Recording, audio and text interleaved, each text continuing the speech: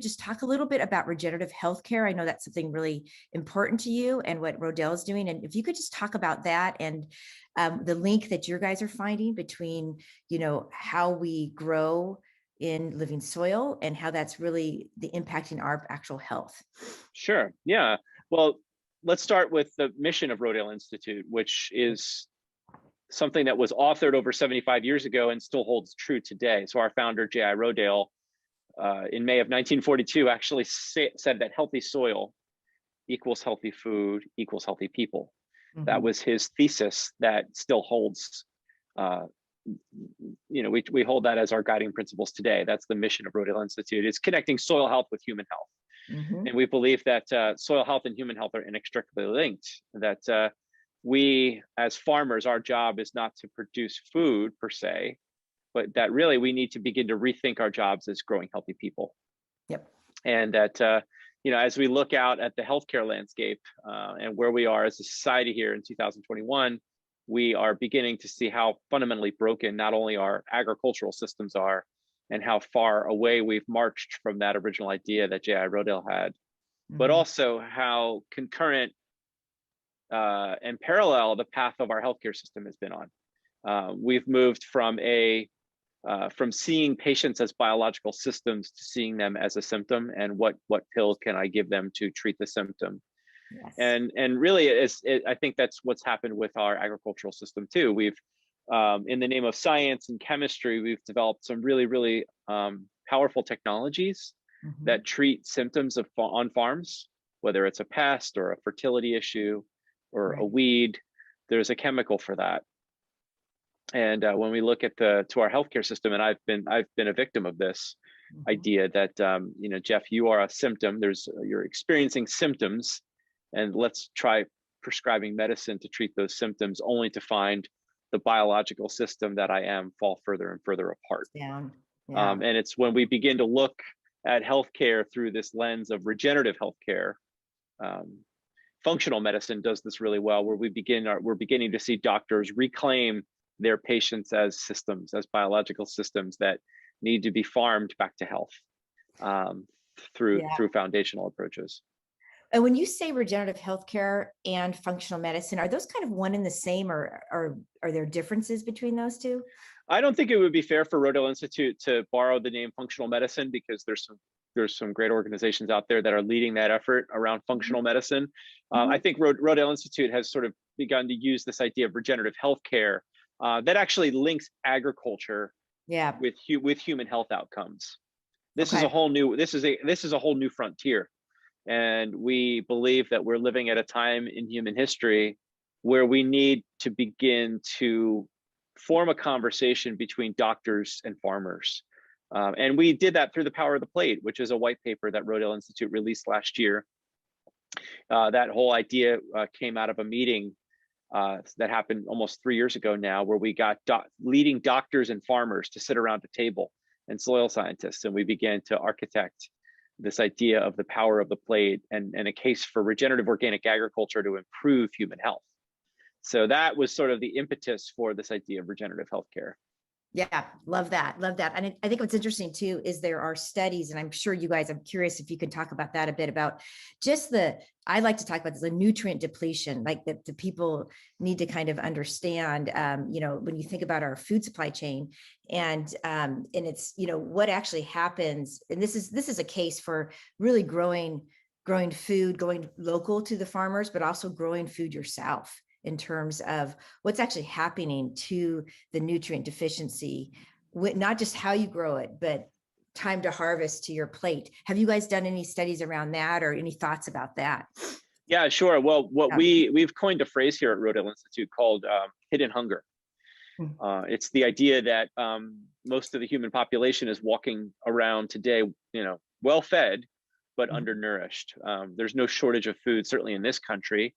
Right. Yet our soils are becoming more and more depleted and devoid of key nutrients and micronutrients that are pivotal for human health outcomes. And several years ago, about 5 years ago now, Rodale Institute started the first study of its kind in the world, called the Vegetable Systems Trial.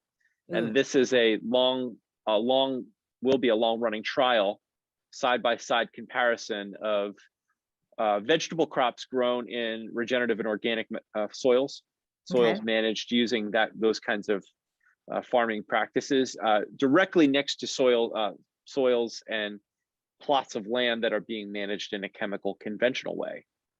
And so this study is the first study in the world that sets out to answer the question, is organic food truly worth it? Is it truly more nutrient dense? Is it truly more nutritious? Is it healthier for you? No one's ever set out to answer that question through science until now. And so we're feeling very excited about this one. That is so important because I just personally looking for evidence of that because it seems so obvious, right? I mean, it's such an obvious thing that of course your food would be healthier, but interesting that you guys are going after the science. Do you guys have any findings so far? I mean, it sounds like you started that about 4 years ago. Is there preliminary findings? Yeah, you can Uh-huh. you can go deep on this if your audience is curious to learn more about the VS. We call it VST on Rodale's website under our science tab. There's a link to the vegetable systems trial that'll take you into some of the published peer-reviewed literature. Anecdotally, I could say, yeah, it's been astonishing to see in such a short amount of time stark differences in the nutrient quality of the food grown in an organic way versus that grown in a chemical conventional approach. So early data is suggesting that there are stark differences between the quality of the food coming out of both systems. Right. And this, of course, probably is linking to, the diabetes epidemic in our country, rise of autoimmune. There's a lot of issues. I mean, there's something to be said, right? I love that term hidden hunger, because there's something to be said about I'm eating salads, but yet I'm not filling up. Why is that? And it's like, well, you're probably, you're the nutrient density is probably not quite there. I mean, but right. It's awesome. You guys are grabbing some scientific evidence, because sometimes when I'm out there talking to people, I will get, well, what is the data? What does that look like? And I think that will really help consumers as a whole if they really can start to see that and understand that. So let's talk real quick about regenerative. One of the things we do at Planet Places, of course, is we help people in a kind of in a home environment. How do you grow food in living soil in small containers? And so whether we're doing that on vertical systems we have or in containers. And I'm so curious about how, what can they be doing to, if they're not doing a raised bed, what can they be doing to regenerate if they're starting out with living soil? And of course, they're growing food. And so how can we think about that? What can consumers do to really make sure that they're doing what they... Yeah, I think about this in terms of degrees of separation and degrees of reconnection. Yeah. We've seen this dramatic divorce from agriculture in this country, in particular. During the World War II years, it's my understanding that some 45% of all the produce consumed in this country came from our own backyards. You remember the Victory Garden movement? Yeah, the Victory Garden, of course. Yes. Yeah, and it was so wildly successful in terms of what it set out to do. And I think many Americans embraced this idea of growing our own food, and they felt empowered around that, and they were. Mm-hmm. And some 75 years later, now 17%, almost 20% of all the food on shelves in the grocery store comes from other countries. Wow. So we've been on like this 75-year journey away from connection to source. Mm-hmm. And I believe that the pandemic that we're all living through right now has been this great invitation to reconnect. The National Gardening Association reported that last year during the pandemic, as a result of the pandemic, perhaps some 22 million new gardens were planted in the United States. Direct farm sales, where consumers were driving up to the farm gate and getting to know a farmer in their community and buying food from the farmer, increased 420% year over year. There was also new businesses that formed where farmers created, instead of being able to deliver to restaurants, they needed to quickly pivot. And so they created their own supply chain where they were doing door-to-door delivery and taking food to people's homes. And so we've seen this dramatic reordering of the supply chain. Mm-hmm. And so I think we're living at a moment in human history where it's like this great invitation for all of us to reconnect. And I think of it in terms of degrees of reconnection, starting with what can I grow in my own backyard? If you have soil, if you rent a home or an apartment that has land that you can grow food, I believe it's actually your responsibility to grow food. where I live in Pennsylvania, I can be growing food in my own backyard about 8 months a year. That's And amazing since you're in Pennsylvania. That's wonderful. yeah, and Yeah. Yeah. I ate my last salad out of my garden the week before Christmas last year. And Yeah. so, and so I think that it's our responsibility, and not just a responsibility. I don't want people to think of it in terms of a burden. It's not a burden. It's a privilege, and it's a joy to reconnect with nature, to put seeds into the soil and watch them grow, and then to be able to eat something, consume something that you've grown. It changes you on a Absolutely. cellular, spiritual level. Yeah. If you can't do that, all of us have the opportunity to get to know a farmer in our community. There are most communities around the United States have local farmers markets where farmers from the community growing food in healthy soil, they need markets, they need access to consumers, and we need to support them. And by doing that, we can actually play a role in re-architecting the supply chain. We can create localized food economies. We can change the very fabric of our community by supporting farmers. Then we don't need to plow our farm fields under to put another Amazon warehouse up, Right. Right. And then, Exactly.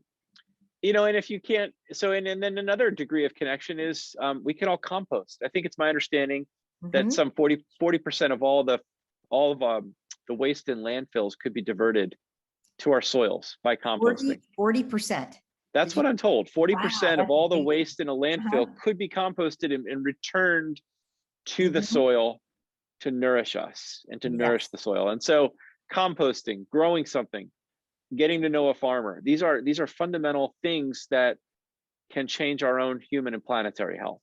I love that. Yeah. And it's interesting. You're absolutely right. Like once you start growing food, it really, we see this in our customers. Because we're going after people that really haven't done this before, right? And so they become so aware of all of a sudden where my food does come from, and it starts really impacting how they look at the conventional, and just looking at the grocery store, when they look at where is all this food coming from, and what can I grow myself? So Right. that's super important. And I think also too, starting out with healthy soil, we give people soil to start out with, living soil, and then teaching them, what are worms? What are worms? What are worm castings? These are not gross things. These are very important to the Right. biology of the soil. So Right. that's wonderful. And I know we've got just a few minutes more. Do you want to talk about, I know Rodale does a lot of education Yes. around this, and I'd love for you to talk a little bit about kind of what are some of the, just for people to get involved and to learn more. Yeah. So on Yeah. right from Rodale Institute's website, if you click on the education tab, you're Mm-hmm. going to be led to our new online education platform.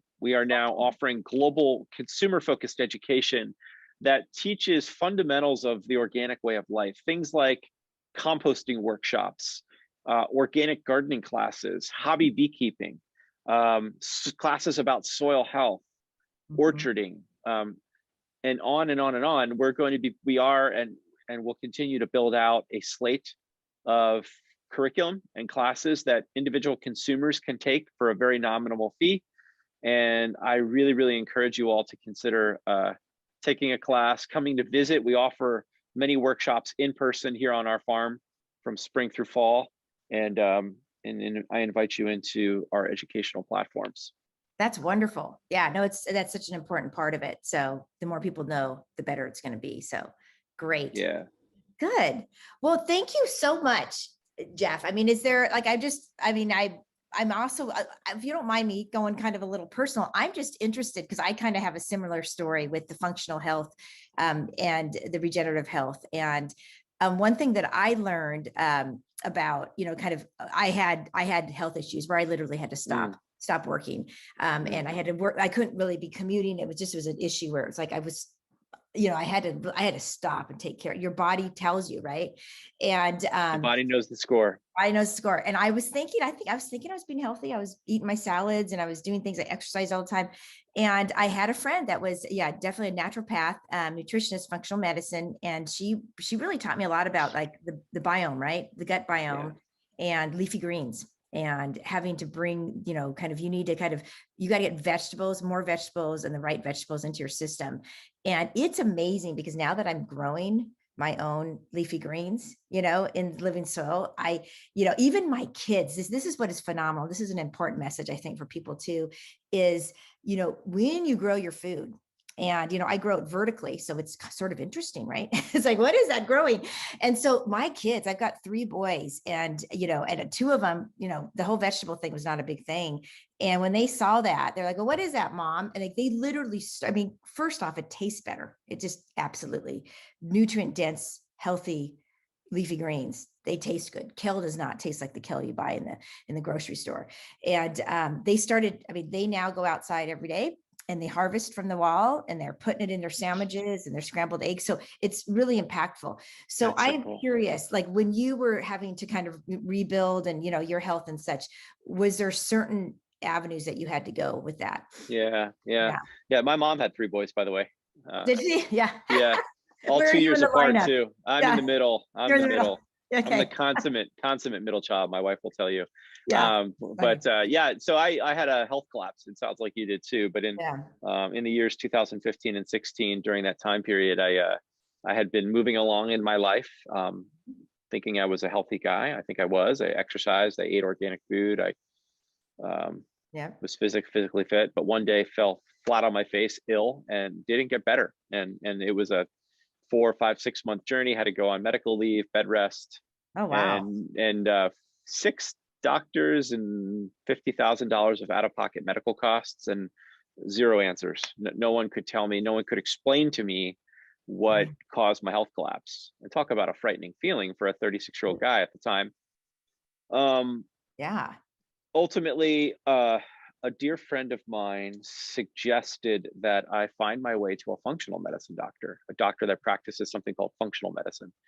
And lo and behold, one of the leading functional medical doctors on the East Coast happened to be located 3.5 miles from the home I was living in at the time, and got an appointment with him. And I remember my first visit was like 2 hours, and he did a bunch of diagnostics, ordered a bunch of blood work, found out that I had chronic Lyme disease that went undiagnosed, and just destroyed me, destroyed my microbiome, destroyed my body.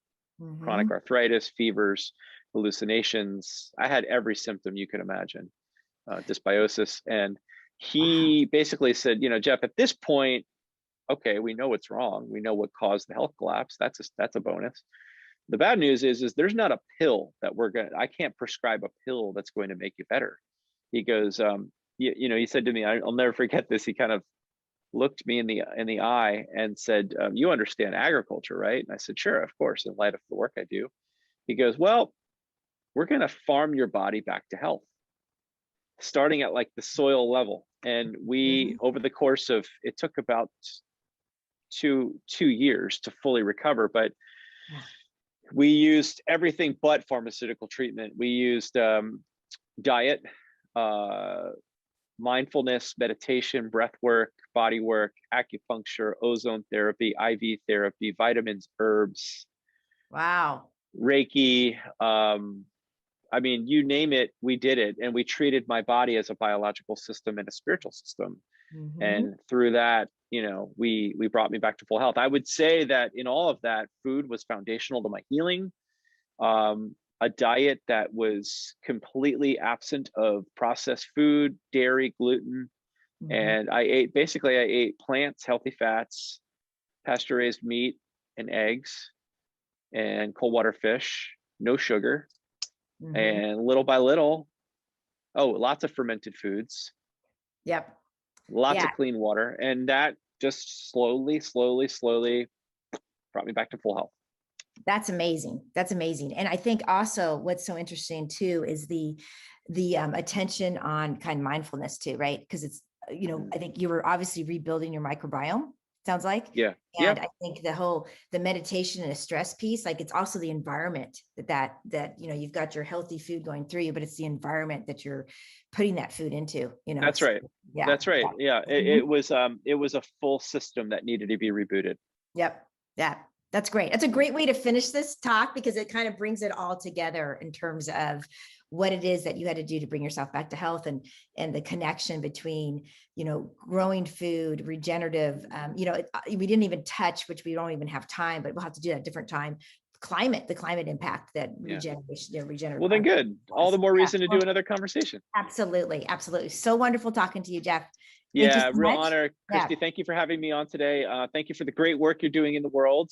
Yep. And we're totally behind you at Rodale. Healthy soil equals healthy people. So Absolutely. I love to you're say a that. part of the movement. Absolutely. Thank you so much. Take care, Have a Jeff. great day. Bye-bye.